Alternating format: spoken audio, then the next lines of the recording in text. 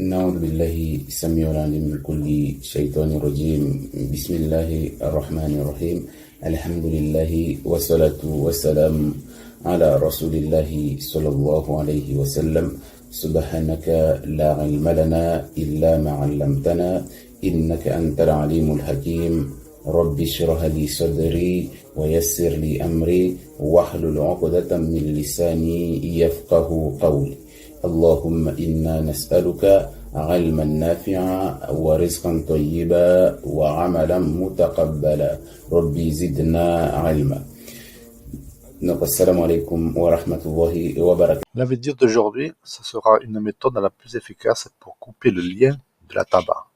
La tabac, je rappelle que c'est un djinn qui est affilié à votre famille sur 6 générations. Cet impact avec des sacrifices qui ont été faits par vos ancêtres, grands-parents, arrière-grands-parents, etc. La plupart du temps, on va demander à Allah pendant la prosternation, d'annuler ce sort. On va écouter beaucoup de ruqya, bien spécifiques, mais malheureusement, des fois, ça marche pas. Donc ça vous suit en permanence et va vous bloquer toujours au même endroit. Donc si vous étiez bloqué pour l'argent, dès qu'il y aura un projet avec le mot argent, là, ça va vous bloquer. Si jamais ça vous bloque pas, l'argent, vous n'allez pas le garder. Il va partir sans que vous puissiez dire où est-ce qu'il est parti. Si vous ne le perdez pas de cette façon, vous n'allez pas en profiter. Il sera toujours une source de conflit, de jalousie, etc. Certains doivent savoir de quoi je parle. Car vos ancêtres ont fait énormément de sacrifices dans le passé et le djinn suiveur veut qu'on continue à le lui faire. Comme ça tous les ans. Donc il faisait ça avec des agneaux, des coqs, des vaches. Pour ces animaux-là, c'était un peu les riches qui le faisaient. Donc pour les familles pauvres, qui avaient déjà des blocages d'argent, il y a peu de chances que ce soit ce genre de sacrifice. Ce sera plutôt des oiseaux, des poules, des canards, des lapins, des pigeons. Avec toujours une couleur spécifique.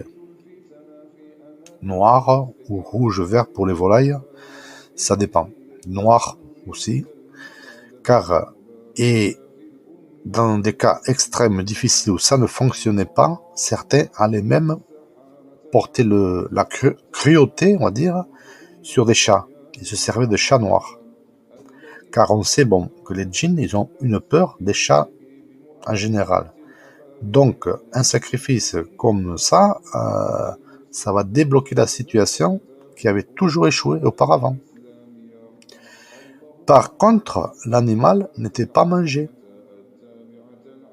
Ensuite, si jamais il était mangé par quelqu'un, là, un lien de tabac serait créé automatiquement. Même si la personne n'est pas de la famille. Ce sera toujours des couleurs foncées, les animaux. Donc, nous, qu'est-ce qu'on va faire?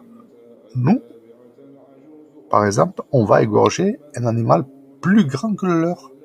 L'impact sera beaucoup plus important. Donc en faisant ça, les descendants vont garder ce fardeau sur 6 générations. Alors regardez un peu. Dans notre religion déjà, que fait-on quand un enfant naît? Si c'est un garçon, on égorge 2 moutons. Si c'est une fille, on va égorger 1 mouton. Le garçon, c'est plus car il va perpétuer le nom de la famille, le lien du sang. Il va le relier dans les générations suivantes. Alors, regardez bien, le sacrifice, il est partout, même dans notre religion. Pour la bonne cause, il y a un sacrifice. Donc là, c'est pareil.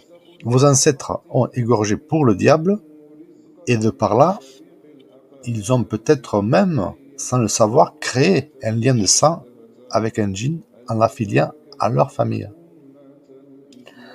Alors, que faut-il faire pour s'en débarrasser?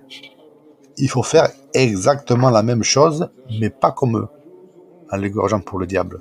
Nous, on va l'égorger pour Allah. Ça va peu à peu couper ce lien avec les diables et les djinns suiveurs. C'est comme si on n'était plus de la même famille. On ne sera pas de la même famille, quoi. Donc, faut pas égorger pour le diable, continuer à faire ça. Sinon, ça va qu'empirer. Ça va pas s'arrêter. Et vous allez toujours laisser cet héritage encore plus longtemps dans votre famille. Ce procédé marchera peut-être, mais c'est du shirk akbar. Le pire des shirks. Donc, le pire péché qui ne sera jamais pardonné. Donc, vous irez directement en enfer, ça c'est sûr, et votre descendance va continuer à être bloquée dans ce domaine. J'ai pris l'exemple de l'argent, mais j'aurais très bien pu prendre l'exemple du mariage, du travail. C'est le tabac, c'est tout. Hein. Ça dépend ce qu'on lui demande. Hein. Après, pour les autres choses, elle n'est pas concernée. Hein. Donc, nos ancêtres faisaient énormément de sacrifices, comme j'ai dit, même chez les musulmans, il ne faut pas croire. Hein. Donc, déjà, à notre naissance, la plupart d'entre nous, nous avons déjà du mal occulte. Ça traîne déjà depuis des générations. Certains vont moins le remarquer peut-être parce que si c'est une famille qui fait beaucoup de prières de nuit, sadaka, bon comportement avec les autres, ça peut passer un peu. Les premiers à avoir les symptômes, ce seront les gens, malheureusement, qui se laissent aller à la débauche spirituelle. Donc la plupart du temps, faut qu'il vous arrive quelque chose pour que vous remettiez en question sur la voie d'Allah. Donc cet tabac peut venir du côté mère ou du côté du père. Alors, vous pouvez le savoir en observant les autres membres de la famille, du côté du père et de la mère, c'est-à-dire les frères, les sœurs, les cousines, etc., etc. Et là, vous allez voir que beaucoup vont avoir les mêmes symptômes, exactement les mêmes. Et là, il n'y a pas de doute, vous saurez si c'est d'un côté ou de l'autre. Dans la tabac, il n'y a pas de hasard. Le sorcier a fait un travail et a affilié un djinn à la famille, en échange de quoi celle-ci continuerait à égorger pour le diable. Donc, si le djinn suiveur n'a pas son dû, il va y avoir un problème. C'est comme si vous preniez un abonnement Netflix, vous le payez à l'année, et d'un coup, vous payez plus. Qu'est-ce qui va se passer? Déjà, ils vont couper l'abonnement. Mais ils vont tout faire pour vous le faire payer. Donc là, c'est pareil. Mais le problème, là, c'est pire. Le contrat, il va durer 6 générations. C'est pour ça que, pour guérir d'un mal, il faut déjà comprendre ce que c'est. Comment s'y prendre, comment se sont pris les sorciers pour le faire, et faire l'inverse. Si vous n'étudiez pas vos ennemis, vous ne pouvez pas les battre, c'est impossible. Voilà, cette vidéo touche à sa fin, c'était un petit rappel, et qu'Allah guérisse tous nos malades, et réserve une place en enfer pour tous ces maudits sorciers et sorcières. Amin.